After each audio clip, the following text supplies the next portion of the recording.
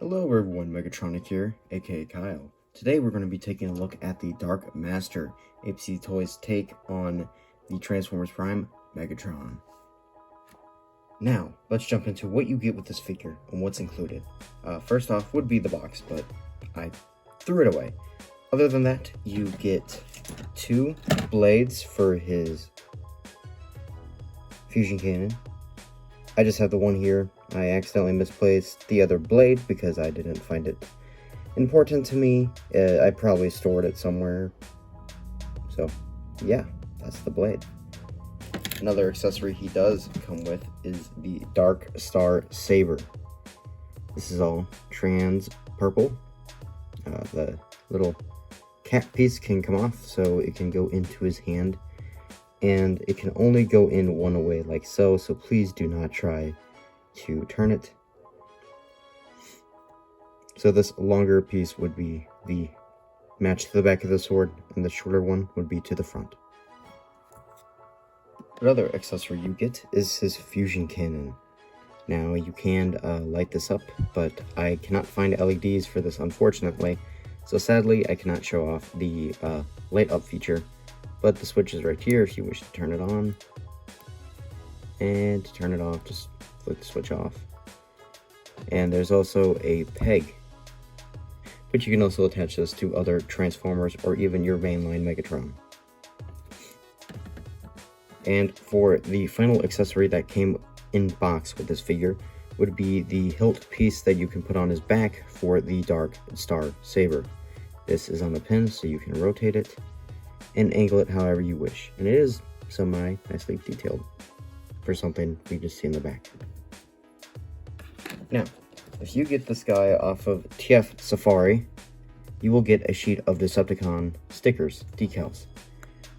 Don't take a look at the Autobots one, that came with my Optimus, but you only get the Decepticons one, and it's a full sheet. Now, this is how you can equip him with all the accessories. You have a peg hole on both sides of the arm, but unfortunately the fusion cannon can only go into the right. So if you want a left fusion cannon mounted Megatron, unfortunately you cannot do this with this figure. You can peg the blade into place like so. And here's how that looks without the fusion cannon. And to bring in the fusion cannon, there is a port, and then there is a hole. Peg it in like so.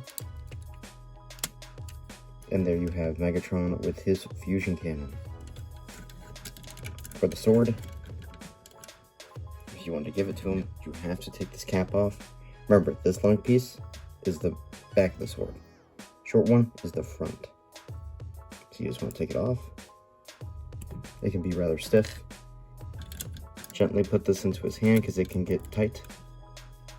And then bring back the little cap for the end of his sword, like so. And there you have Megatron with the Dark Star Saber. You can also mount this on his back. There is a hole right here with 2 notches. These 2 notches is for this piece, and you want to gently plug this into his back, like so. There you have it. And then to store the blade, you just unpeg it, the cap section from the sword, take this off his hand, turn him around,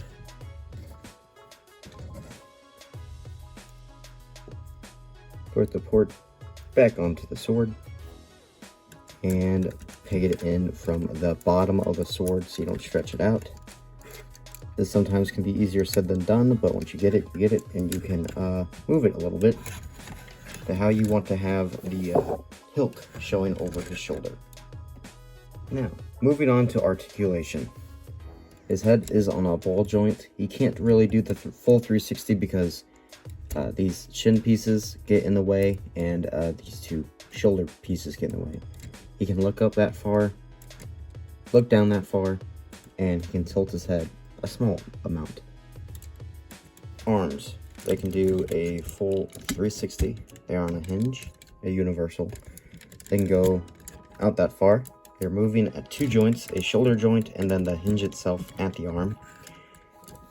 The shoulder pads.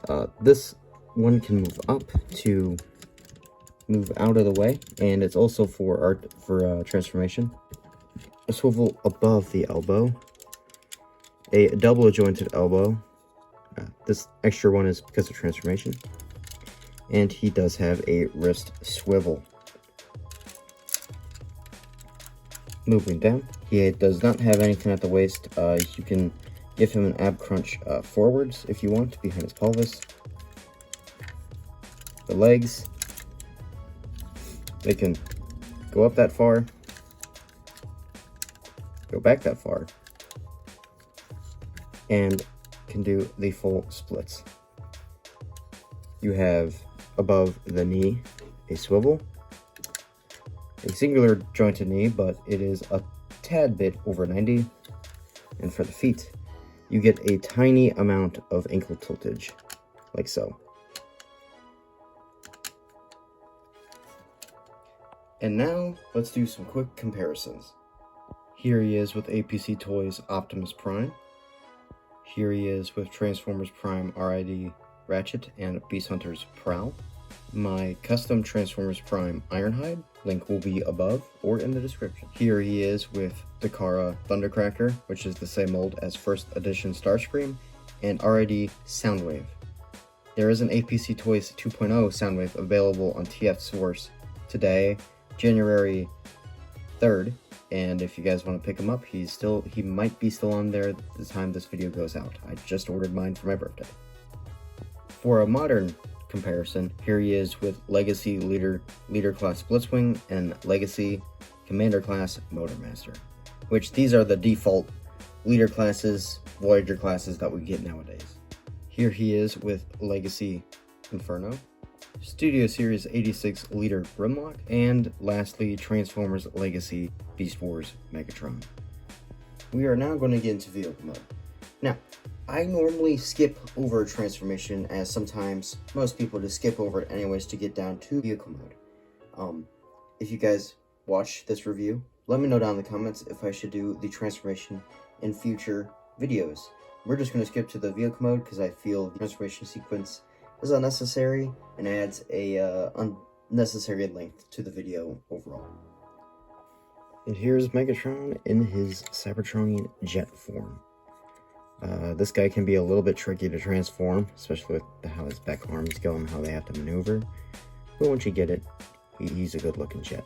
And I really like the metallic shine that they used.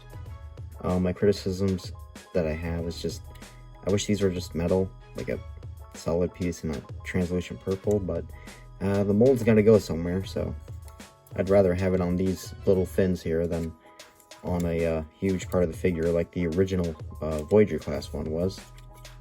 These feet, I don't really know what to do with them. I kind of just have them hanging off back here like so, because meh.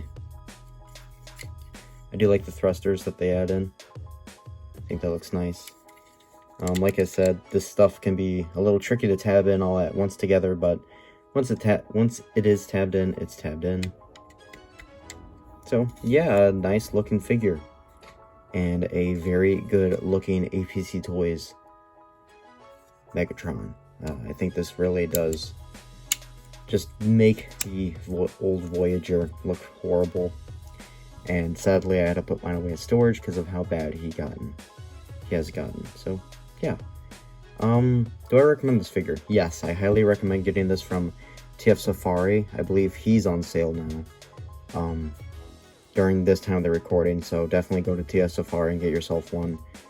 I got mine for only $50 because of the $10 shipping, and he's the size of a leader class, like a big leader class, like you saw with the comparison. So you're getting your bang for your buck with this guy. You're also getting a bunch of accessories, and if you buy them off TF Safari, you're getting a Decepticon repro label sheet, which you can put a Decepticon label on Megatron, like I did so, on his chest in robot mode. And you got all these left to put on any 3P, Masterpiece, any Decepticon you want. There you go. This has been the review for the Transformers APC Toys Darkmaster. And yeah, I highly recommend getting this guy. I very much so enjoy him, and he's amazing stand-in for your Prime Megatron. This has been Megatronic. See you all next video.